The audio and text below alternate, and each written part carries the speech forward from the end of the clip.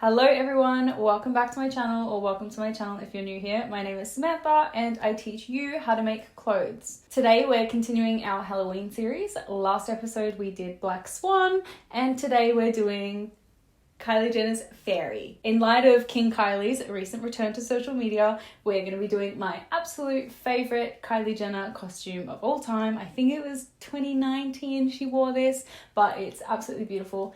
Here it is once again, and then here are all of the materials that I found. I've got a beige power mesh. I've got a sequin material. I'm using a sticky bra for the top of the bodice. I've got a beige swim material, an invisible zipper, some thread, some elf ears, and I also have a blonde wig. I'm also going to be making the wings in her costume, but my organza and wire hasn't arrived yet in the post. But don't fret, I will be making that part of the costume as well if you don't want to go and buy wings. And I'm kind of nervous about that. I've never made wings before, but we can learn together. So if you want to learn how to make this costume with me, then please keep watching the video, subscribe, like, and share it with a friend. And let's get started. I decided to drape this entire project on the mannequin because I really couldn't be bothered making paper patterns, and I'm also in a rush. So here's me taping down all of my seam lines that are going to be in the costume, and I've also pinned down a sticky bra which is going to act like the base foundation of the costume. Now, because I'm not making any paper patterns, I'm just draping my spandex material straight onto the form, and I'm just stretching it all the way around so that there's no like puckering or any weird gathers or anything. I tried to get it as flat and even as possible, and then I've just kind of pinned it all down and then drawn where I want the neckline to be and drawn over my seam lines. And in terms of seam allowance, I did allow for about a 0.75 centimeter, so not quite a centimeter all the way around. And then I've just unpinned it from the mannequin and cut it away from the big bulk bit of fabric and then repinned it to the mannequin. And now I'm just basically following the exact same steps for the back, except the back is going to be 2 panels because I have a zipper running up the center back. I want the dress to be as tight as possible because it obviously doesn't have any straps and there's a lot of like beading that's going on it. So it's a little bit heavy, hence why I put the sticky bra in the top. At the end of all of this though, you should have 2 front panels and 4 back panels. And then I'm just pinning my side seams together for my upper and under layer. For the side seams, I used a regular straight stitch at a 2.5. And then for the top of the neckline to sew the 2 pieces together, I opted for a zigzag stitch there just to maintain the horizontal stretch of the fabric when it's going around the bust. Once I finished the side seams, I attached the outer and inner layers by the neckline by putting my right sides together and sewing along the neckline and then flipping out. And then I sandwiched in my invisible zipper and sewed through both sides. Then when I turned it back around, this is what it looks like, and this is what it looks like on me. Then I've hand stitched it to the sticky bra on the mannequin. My phone died when I was doing that, but yeah, I stitched it to the mannequin. To make the base layer that all of the purple material is attached to, I've basically just done the exact same steps as step 1, but with a power mesh instead. And I've just made this little mini dress that's going to be attached to the little top that we made before. And I've just draped all of it and cut all of it on the mannequin, just stretching it as flat as I could. And then this is how it looks when it's pinned. I basically just folded all of my seam allowances under. It's like a mock flat fell seam, like it looks the same, but this is how I've done it. I've just folded it over and pinned it, and then I've hand stitched all of this together. So when we first used our machine before, that was the first and only time in this video that I'll be using a machine. Apart from that, I've just hand stitched all of this together. Once I was happy with the dress and everything was stitched into place, I got started on attaching all of my little purple appliques. I basically just ordered 2 meters of this fabric and I'm just cutting it up randomly. I cut up heaps of little swirls. Some of it I cut in like teardrop shapes and feather shapes. I kind of just did whatever looked right at the time, like all of it was improvised. And I just basically spent an entire day cutting and pinning all of these, and then I don't have any footage of me hand stitching it because truthfully I was laying in bed while I was doing that. That was another day of hand stitching, so it's been 2 days up to this point, and then this is what it looks like. Now it's time to add all of our little dangly bits to the bottom, and to do that I literally just cut up a million little strips of this fabric, like a million.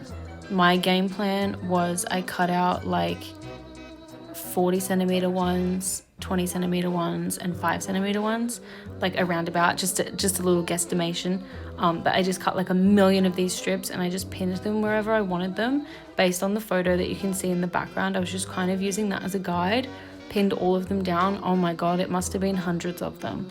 It took so long, and then the whole next day I had to hand stitch all of them down as well. But this is what it looked like at the end. So all of that is pinned into place, and now it's time to make my wings. So the game plan with the wings, most people online make a wireframe for their wings first, so I thought I'd make a pattern for them. I laid down my pattern paper on the ground, and then I put the center back of my mannequin along the straight edge of the paper, and essentially I just drew out where I thought the wings would go based on the photo, and then I'm just outlining the wings in one color all the way around, and then I've used a different color to mark out where I think the wires should be.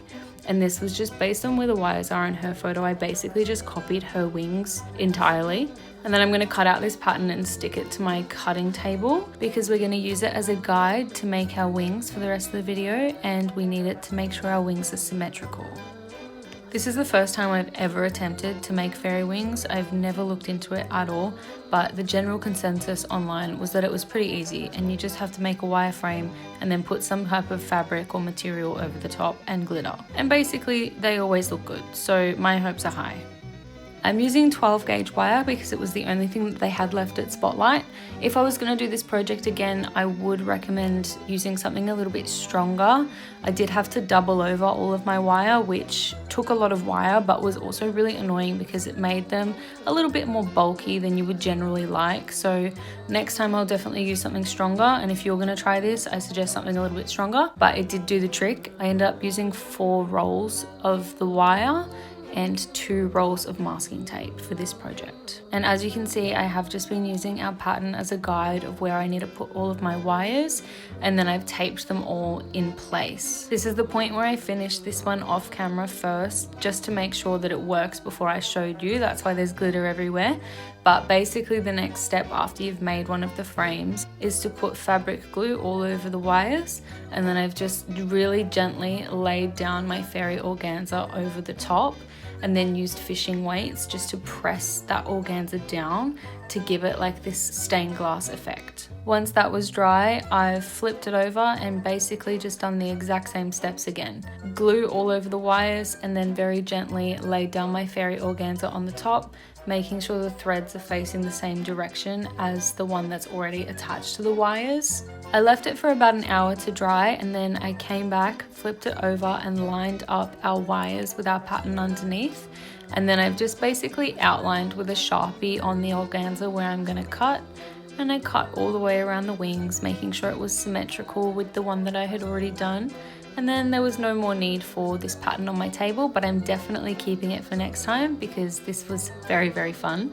I just used a lighter to quickly burn the edges of my organza just to make sure it doesn't fray too much. And then I started gluing where I wanted my glitter to go. I copied the photo that Kylie has, but I couldn't find a really, really detailed one, so I just did the best with what I have. And if I was going to do this project again, I would definitely spray paint the wire frame before I put the organza in. Like I would spray paint it maybe like a lilac color, or I would use a different color tape just so it doesn't stand out as much, but it still looks amazing, especially under the flash. Down to the last steps now. I've attached both of my wings at the center using some wires to make it a little bit more structured, and then I've gone over that with masking tape, and now we're making a little U shape which is going to stick in the back of our costume. That's attached to both of the wings, and then I've wrapped that in masking tape as well for extra security, and then this is what it ended up looking like. And this is what it looks like on the mannequin. The wings look absolutely incredible once I shaped them, and I honestly couldn't be happier with the dress. I think this is amazing,